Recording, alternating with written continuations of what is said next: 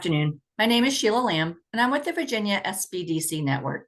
For those of you that are not familiar with our organization, the Virginia Small Business Development Center is a partnership program between the U.S. Small Business Administration, George Mason University, and local host institutions throughout Virginia. With 26 locations across the Commonwealth, we provide training and technical assistance to small businesses in their local communities. Our one-on-one advising services are available at no charge. Today's webinar, Lock It Down, Cybersecurity Essentials for Today's Small Business, is presented by the Virginia SBDC Network. Please join us for our next cybersecurity webinar, the AI Edge Without the Exposure, Cybersecurity for Small Business Owners, happening on November 5th at 12:30, and I'm going to drop that registration link into the chat momentarily. We are recording today's presentation and will be posted on our website, virginiasbdc.org. Due to the expected large number of participants, everyone's microphone is muted and the chat feature is turned off. But if you have questions during the presentation, you can type those into the Q&A box and we will adjust them at the end of the session. We have also enabled the live transcript function, which you can show or hide via your own meeting controls. And now it is my pleasure to introduce our presenter for today's session, Kiana Gainey.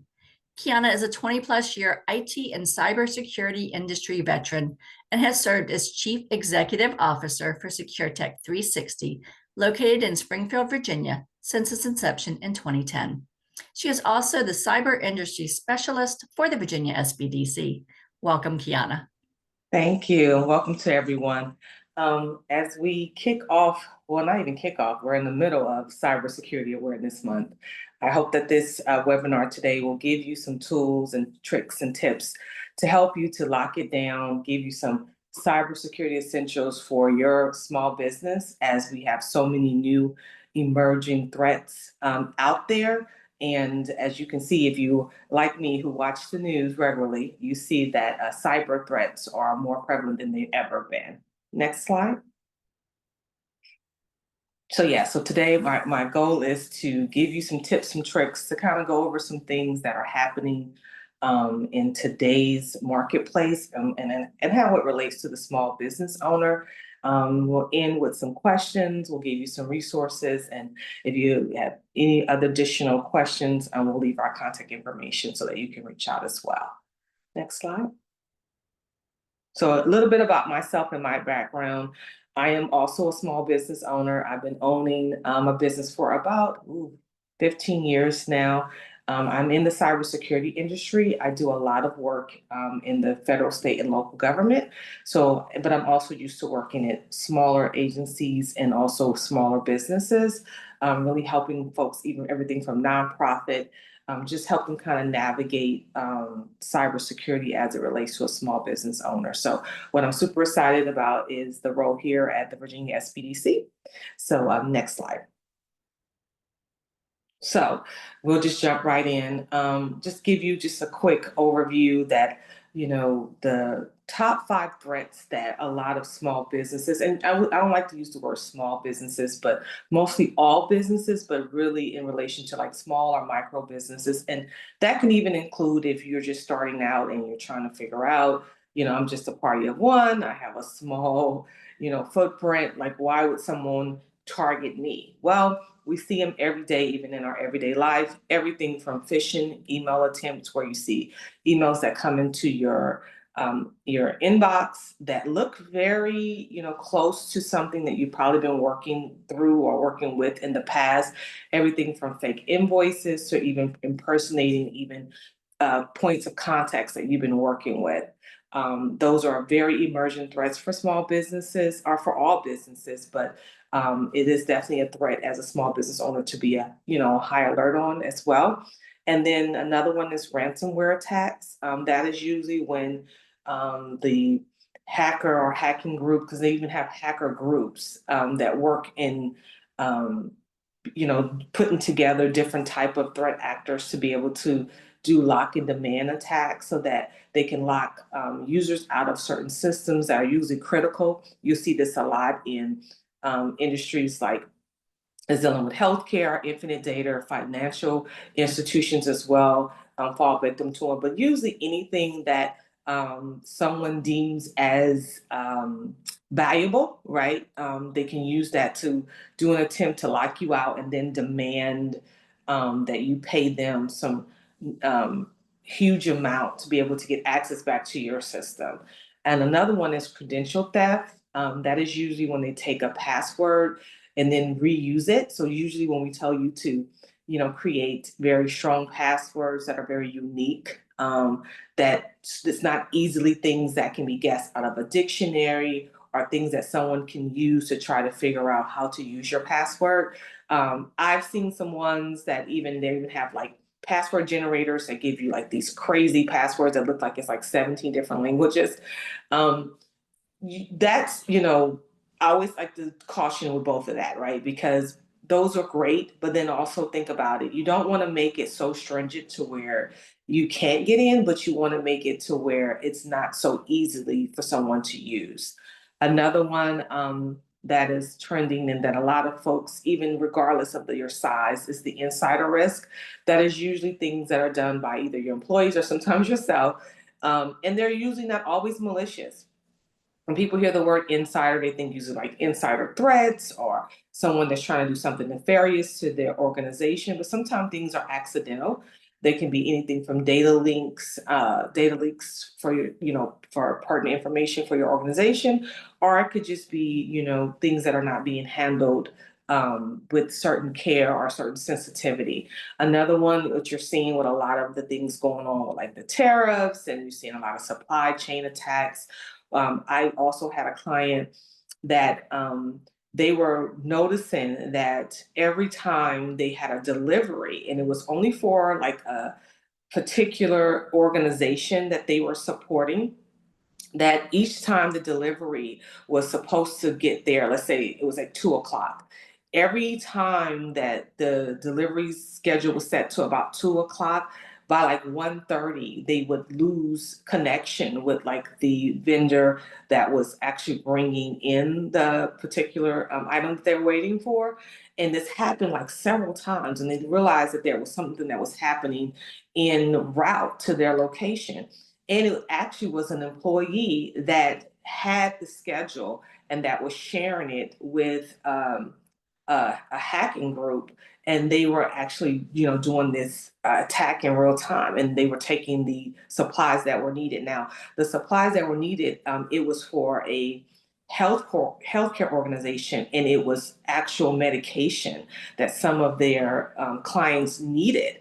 And so the impact of something like someone having an insider doing something like that. And then once we did like an investigation and we found, that the reason why it went on for so long is that there was a communication issue and there was a training issue. And it was, even something as simple as doing a background check on the employee, where we found out later on that they had actually been involved in several different type of attacks that related to vendors and entry points in locations. So, just not to scare you, but just to, to think of that, something that you probably are not thinking about is like, how does this impact me? But think about yourself as the end user. If you were, the client that trusted the person with your information, and also even the person for your medication, and then something like this happens, right? So those are just things to just think about as you're thinking about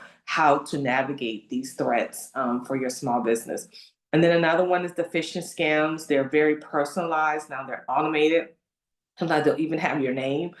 And then another one with AI. A lot of AI tools are making attacks cheaper and faster. There's so many different deep fakes and fake invoices that look very real. The takeaway, you can't just rely on it won't happen to me anymore. You have to be very proactive with protecting your business. Prevention is more cost effective than recovery.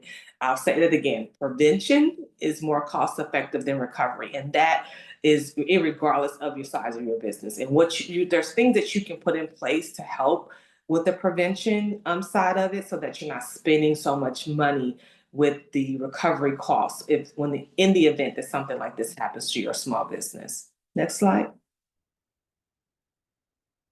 So again, a couple of common cyber threats.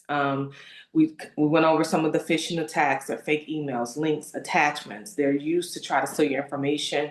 Digging a little deeper, ransomware, malware that encrypts data, demands a ransom for access. We talked a little bit, I gave you a scenario about the insider threat, where it can also be sometimes employees, contractors with malicious intent, or sometimes just having just the attitude of it doesn't impact me. So I know one of my other clients, they were having an issue with what we call piggybacking, where it was more of a physical security issue. They had an employee that was on the night shift, and the rules were that anyone that was trying to access the business after a certain time, even if it was a delivery or even if it was an employee, their office hours were from, like, to say 8 to 5. Anything after that time, users or anyone that was trying to access the business, the building, would have to sign in. And what we found was that this employee was allowing folks to walk in and not pay attention to the person that was behind them. And this behavior went on for several months. And what ended up happening is that they allowed someone to circumvent their location. And even though they had a policy, even though they had provided the user with training, they had cameras, they had all different type of things in place, because the person wasn't necessarily doing something that had malicious intent, they were just kind of having the, this is not my problem type of attitude. It ended up costing them a lot of money in recovery. And so it's very important that even when you're thinking about cybersecurity, as you're hiring more employees or using contractors or using different folks that are outside of your organization, that you definitely inspire a security first culture, which kind of means that anyone that is, participating in your organization needs to understand and be held accountable when they are not following through on the policies that you set for your organization. Another one is definitely weak passwords. We see that a lot. And unsecured networks. So things that are networks that can be easily guessed. They don't have proper encryption. These are things that hacking groups or even hackers are looking for to be able to circumvent your organization. Next slide. So I know I went through all of the bad. I don't want to be the boogeyman in the room. I know that it's Halloween, but it's also Cybersecurity Awareness Month. So I want you to take more of not necessarily the threats that are happening, but what you can do to be able to build that solid cybersecurity foundation. And just 5 steps, very simple. You can do things like protect your perimeter. If you have firewalls, and the firewalls can be embedded in using some of the applications that you're using in your environment, or it can be, securing your Wi-Fi, updating your software. I know I've been guilty of it. You get the pop-up that says you need to update your software, and you put it off and you put it off and you put it off. Well, there are groups that are looking for outdated software. They're looking for when the last time a system was patched. An organization that was a very large organization experienced a lot of outages for their customers, which ended up costing them in the millions because they did not update their software. So it's some simple things like that. They had a rollout schedule, they had policies and procedures, they had spent like millions of dollars in the most sophisticated systems, but something as simple as just updating their software. So those are little small things that you can do and put into practice for your small business. And then defend your access, right? Using things like multi-factor authentication. We're used to using them even when you're like trying to access your bank, and then they send you a code to maybe your cell phone or to an email address that you have on file. And then another one that you can do, even it's no cost, is least privilege. What least privilege means is not giving accelerated access to users outside of their work scope or their responsibility. So for instance, if someone's working in accounting and they don't necessarily need access to HR, implementing things like least privilege will be able to, ensure that folks are not doing things that are outside of their job scope, but then also not being able to have access to maybe sensitive information that they don't necessarily need to do their job. So the more people that you have that have access to sensitive information, you are increasing the risk of things like happening, like the insider threat scenario that we talked about earlier, and that doesn't have to be malicious. It could just be things that people are doing just because, they're not understanding, the gravity of the information that they're supposed to be protecting. And then you can do things like securing your data, which is, regularly doing backups, encrypting sensitive information. And the biggest, number one, if you don't hear anything else from this briefing today, the biggest takeaway is that regardless, I have seen $1 million budgets down to a couple $100 budgets. What you can do in real time for your organization is to train your team. Awareness is your first defense. I'll say that again. Train your team. Awareness is your first defense. Even from as simple as if you are creating an onboarding checklist, make sure that you use, there are a lot of low cost and even sometimes no cost cybersecurity awareness trainings that you can give to your employees as they're onboarding. Also, I'm a big, fan of if you're having regular meetings with your employees. I don't know if it's like a staff meeting or all hands meeting. Make sure that you embed cybersecurity awareness inside of that by continuing to talk about things like phishing emails. I like to do a lot of drills every quarter. We do everything from looking at what policies and procedures we have in place, looking if there's any incidents, and if there is an incident, also updating your training to make sure that you can take those lessons learned so that moving forward your organization will be stronger and better from it. And then plan for your incidents. What you mean, like, what does she mean by plan for my incidents? Well, creating an incident response plan, creating a recovery checklist, meaning if something was to happen, let's say you lost access to your computer system, do you have things that, something as simple as a point of contact list of all of your vendors that you need to contact. I am old school. I also print out my point of contacts and I leave them in a secondary location just in case the location is compromised. Then I have that information. Like during COVID, my paper copies were my go-tos when there were intermittent issues or access or as systems started shutting down. I had my checklist and I also had my point of contact list that I could go to because even for myself, I'm guilty of not being able to remember like numbers like I did maybe 20 years ago. So having that list and having it somewhere else was, crucial to my survival, even during something that was outside of my control. Next slide. Again, a couple best practices to strengthen your cybersecurity posture. Again, I can't emphasize this enough. Educating your team, conducting those regular cybersecurity training to raise awareness, implementing those strong passwords, doing things like multi-factor authentication, backing up your data, invest in things like antivirus and firewalls. Make sure you do your research with even what antivirus to use, what firewalls to use to help prevent malware. And, base it on, I always like to, I'm a comic girl. So when I'm looking for a new product or anything that I want to, deploy into my organization, I do my research first. I like to read the reviews. I go into the communities where they're talking about different software packages or products or services that I can use to see like the good and the bad and the ugly, and then also make the decision on if it's a software that's going to meet the needs of the clients that I'm serving or meeting the needs of the organization to preserve the integrity of my organization as well. Next slide. So a couple of preventive measures that you can put into place, again, doing those regular software updates, a patch management schedule, simply meaning that when the updates come in, you can do something as simple as saying, I'm going to update my software updates on a quarterly basis, put it into writing. Again, express that to your staff that's helping out with the updates. And if you are the staff, I understand, just putting it into even to your calendar as a reminder to do it, on a periodic basis.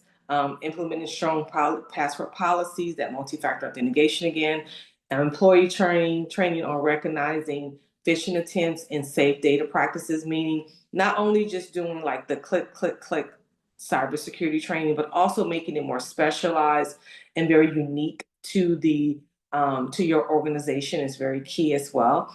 Utilizing encryption for sensitive data that's both either at rest or in transit, meaning data that is resident onto your devices, but also data that's being transmitted into different locations. Doing those regular security audits, penetration testing to identify and fix potential weaknesses. Now, pen testing doesn't have to be fancy tools or techniques. It could be as simple as social engineering techniques, right? I'd like to do this even with my own staff, is having someone that I trust or picking a trusted party to try to contact, let's say, my front desk to see if they can get information that's outside of what they've been trained to do.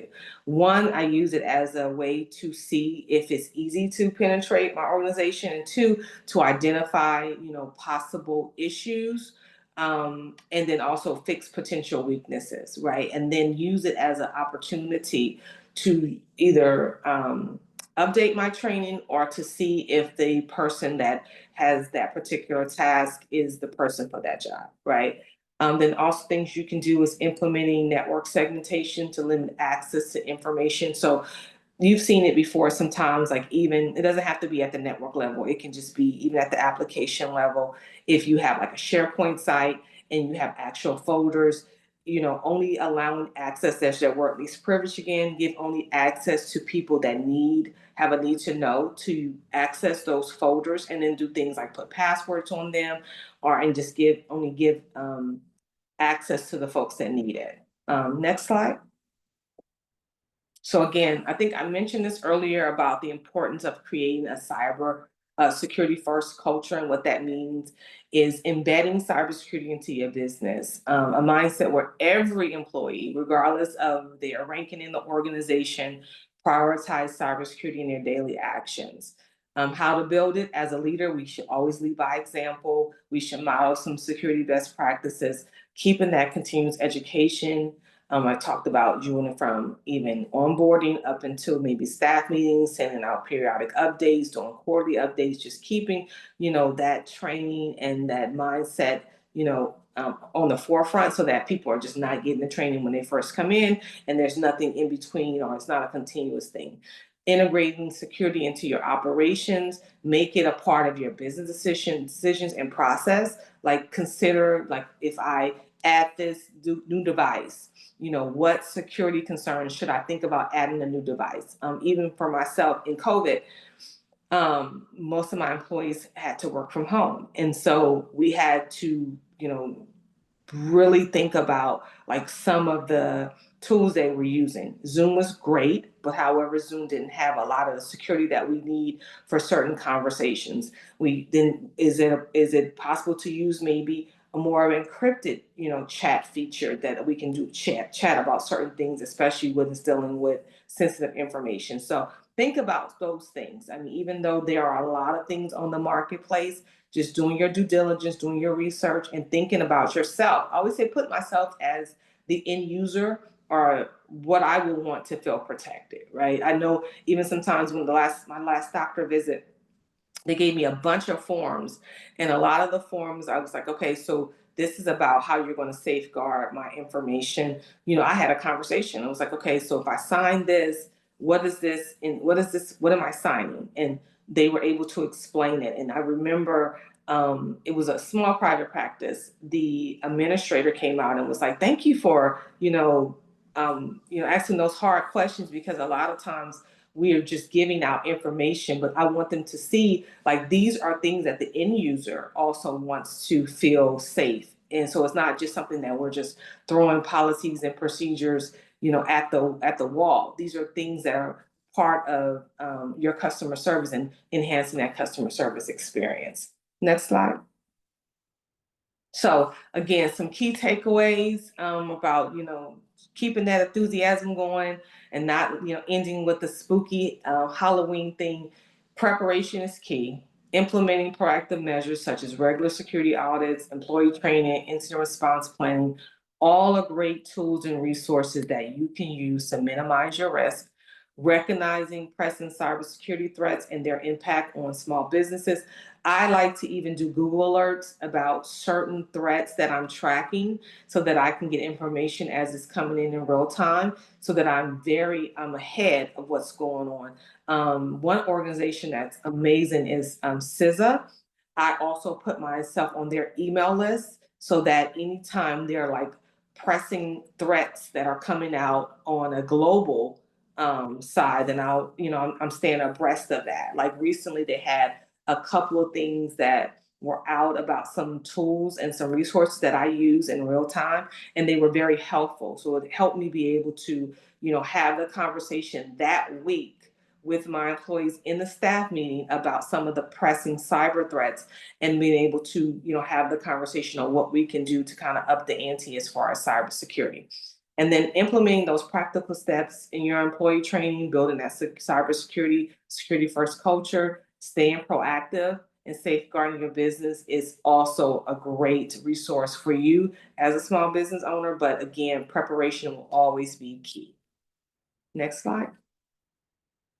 So in conclusion, I know we covered a lot in a small period of time, but I hope it gave you enough information to one, think about where you're at in your cybersecurity journey, even if you're just starting out and you're putting together a business plan.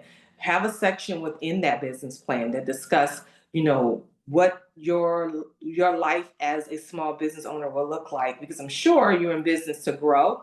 So even incorporate your cybersecurity practices in growth, right? Put it on paper, plan it out. Continue to stay informed, even if you're just a party of one. You can do those things like I talked about, setting up Google alerts just to be proactive and prepared. Make sure that even if you're the only team member, you do play a vital role in safeguarding your business, even if you are the business. And as you onboarding new people, have something in place, even if it's something as simple as this is how we handle emails. This is how we set our password policy. This is, we're going to do updates regularly. Having those type of things in place is always very key as to help you even as you navigate the cybersecurity landscape, but even as you navigate as a small business owner.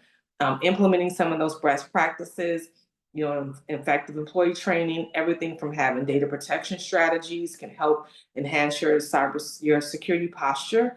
And then again, creating that security first culture, integrating those into your business as essential for your long-term resilience. And also, I like to say your success as well. Next slide. So any questions? We have one question at the moment, and I will ask anyone on here. If you have any questions, let's pick Kiana's brain while we have her live. So the question was, I am a single person business. I am hoping for some recommendations on tools to use for ensuring the security of file backup systems, email, calendaring. I've been considering a tool like Proton, but I don't know how to evaluate well. Are there tools you recommend? So one major tool that you have at your disposal is doing research, right? If Proton is a tool that you're considering, look for some groups or some communities that are using Proton and see what they're saying about the tool. Do your Google searches, look and see if that's a great product or service for your business. Not knowing much about your business, if you're doing anything with sensitive data, as you are looking to onboard things like file backups, a lot of the application, I don't know if you're using Microsoft, I don't know if you're using some of the Apple products, but depending on whatever application or OS that you're using, there are a lot of integrated built-in security features right there at your fingertips. If I was just starting out as a single business person, I would use that first prior to going out and purchasing anything. Also, there are a lot of resources out there that are free, are very low cost. I would find out what those are, and I would also see if there's something relevant to my business and use that as well. If you're using things like Microsoft, there are built-in features to do things like file backups, to do email, calendar. I know some folks use a lot of Google because there are a lot of Google products. Some things are free, some things there are costs. Even if you had to spend, $20, $30 a month, and it will give you like a certain level of security for your small business, make the investment, right? Because again, prevention is always the best thing versus having to pay for the recovery costs. And so I will also include on the presentation we send out just some recommendations that I've had from previous clients that have used some things in the past, and maybe it can be helpful to you, just so that can help you with some of your searches as you're looking for what's the best thing to do for a small business owner. So everything is not always so expensive. There are a lot of cloud-based subscription tools that are out there now that before, like 20 years ago, I'm gonna date myself, you had to buy and spend hundreds of dollars just to get certain products. Now they're giving it to you for a couple bucks a month. And don't sign up for all of the bells and whistles. If there's just, like, let's say, and usually this is kind of debate, they'll give you like a certain amount of users or licensings or things for free. Do the free one first, see if you like it, hang out for a while, and then if you feel like it's giving you what you need, go to the next level. Don't go right to spend the $50 if there's a $10 first, is what I'm trying to say. So use that cost benefit analysis to see versus the risk that you're experiences, the budget of your organization, and what you need to safeguard your organization as well. I hope that makes sense. Thank you, Kiana. Mm-hmm. Okay, we have a couple more questions. Okay. One is, I have had a few local companies that claim to be network security agencies to help protect my business. Is this worth the investment in the early stages of business? And if so, what should I look for to choose the best fit? So, okay, I'm going to answer this as honest as possible. So, you have a few local companies that claim to be network security agencies to help protect your business. Not knowing a lot about your business, if they reached out to you versus you reaching out to them, that would give me an alarm. One, because I always think of cybersecurity as, if someone just came and knocked on my door and started trying to sell me a service, I don't know if I would just allow them to come in and give them a cup of coffee, right? I would kind of be like, okay, why did you pick my door? Why did you, reach out to me, right? So, and maybe because I've been in this space for so long, I've always err on the caution of, if I didn't make the initial conversation or intent to buy something, especially if something is like a network security agency that didn't come highly recommended. So again, I would look at their traction record. I would look to see if they're, how long they've been in business. I would ask for client like a referral, not a referral, but someone that's used them in the past, so that I can have a reference to look for. I would look for some references to say, have you helped, what businesses have you helped? Can you give me a list of those businesses? And even see if those businesses even line up to what you're doing, because everybody's not an expert in everything. So just because you helped, one business, if it doesn't relate to my business, then I don't know if you will be able to do the business. If that makes sense, right? I wouldn't go to a foot doctor trying to get my hair done, right? So those are certain things I would just kind of do as an early stage of your business. I would start with looking for things that are low cost or no cost, to see, even if it's nothing but hiring a consultant to find you a network security agency may be the best way that I would do that, so that they can find people that can probably talk the talk or ask the right questions if it's not something that you're comfortable with, right? Like, I'm not a doctor, even though I can Google things and I can, use Chat GPT. I've been into the doctor's office and said to my doctor, well, based on what Chat GPT says, I feel like this is that. And they're like, yeah, so you let me know when Chat GPT graduates from medical school. So again, sometimes we have to, even doing our own research, we should definitely use subject matter experts to help us kind of navigate what, is the best, move forward. So I hope that answered your question. I love your reference to Google and going to the doctor. I'm Guilty. guilty of it. And my doctor's like, yeah, so yeah. That's great. That could mean this, and it could mean 20 other things too. But thank you for updating me on Exactly. your diagnosis. So. Okay, we have another question. What is your experience with GoDaddy's website and security support for small business owners? So I've actually had, and they haven't paid me. I'm not a paid a representative of GoDaddy, but I've used them, especially when I first started my business. I used GoDaddy for years. The security support, I also use some of their embedded support services. And it worked out for me. However, I've heard some people not so much, right? So this is where that balance is finding out if their support in the website that they can provide you will be best suited for your small business. Because I wasn't processing credit cards. It was more of an informational site. The only thing I needed was a secure site. So there wasn't a lot to entail to build my first website.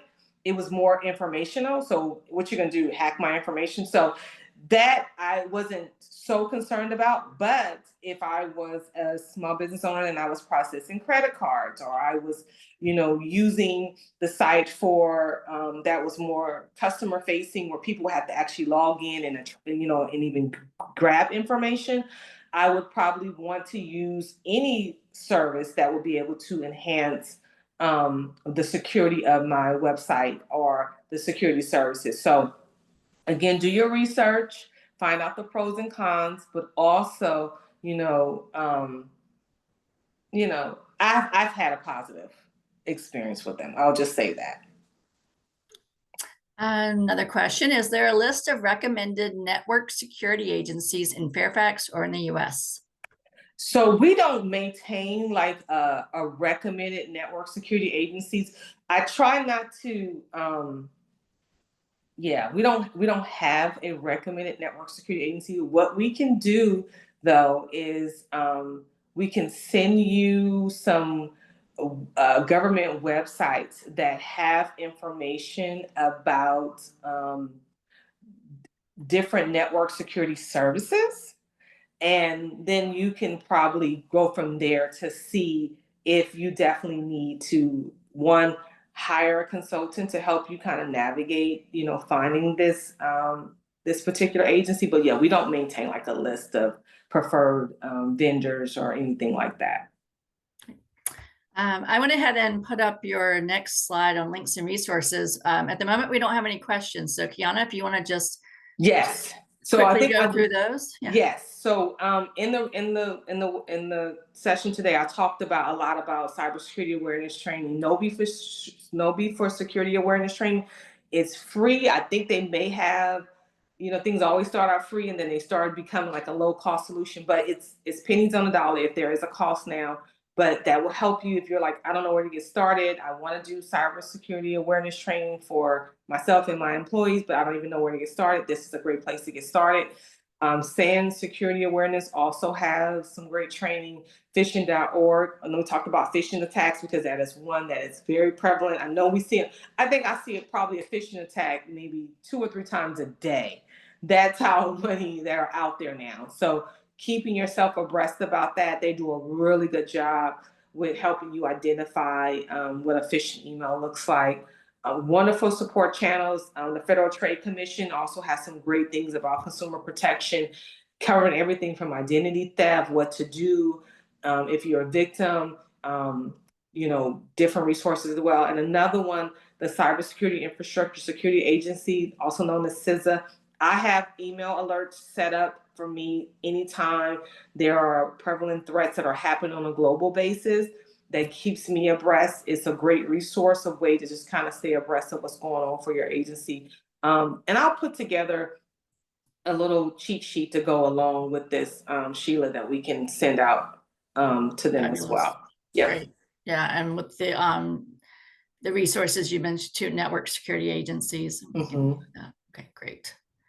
Let's see. We don't have any other questions, so if you want to give us a few moments to drop them in the Q&A, and if not, Kiana, do you have some last words of wisdom? Yes. So as we are, in the middle of Cybersecurity Awareness Month, use this time to think about, what you can do, to strengthen your cybersecurity security posture for yourself. Even if you're starting out and you're like, I'm just writing my business plan, I don't know where to get started.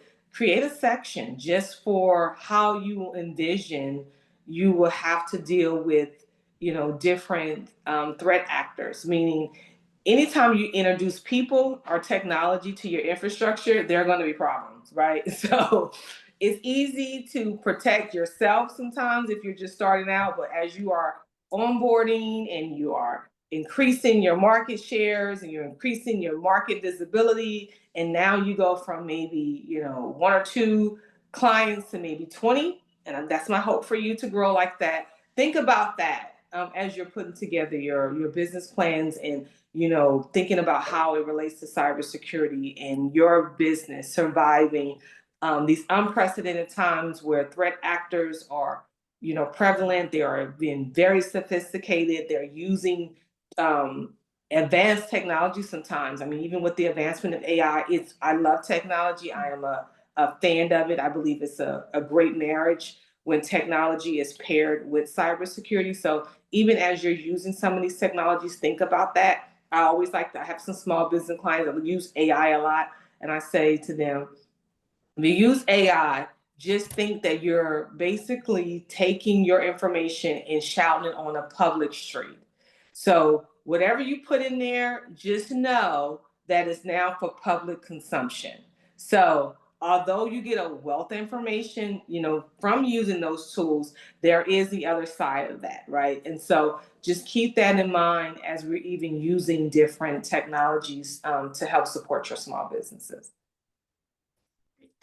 Let's see. We have a question. Is phishing sometimes sent by bots? Yes, yes, yes. And when we talked about some of the sophisticated tools that people are using or techniques, yes. And you can sometimes tell, like even I'll look at the email, I'm like, oh, that was really close, but no. Yeah. We just being able to spot the emails as well. And I see someone put, I work with IT help. Okay. Okay, thank you, Joshua Smith. So yeah, so again, that's great when you can have a community that has recommendations of things that they've used in the past. I love recommendations. I live by them as much as I live by reading the comments that people use. Great. Yes, Joshua, thank you. Let's see. I don't see any other questions. So okay. All right. Well, you guys enjoy the rest of your Cybersecurity Awareness Month and stay safe. Exactly. I'll just wrap us up here. Kiana, thank you. As always, there were many thank yous coming through the Q&A. I don't know if you saw them, but I agree. Thank you. Wonderful information as always. Thank you all for attending and joining us today. As a reminder, you will receive an email with a link to this recording, as well as the slides, as well as the resources and lists and all the promised things. So thank you, Kiana, for putting those together. So just give us a few days and we'll get those out to you. Yes. Let's see. So if you would like to sign up for upcoming webinars or access recorded webinars, please visit virginiasbdc.org/training. This webinar and other SBDC resources are designed to be used in collaboration with your local SBDC advisors.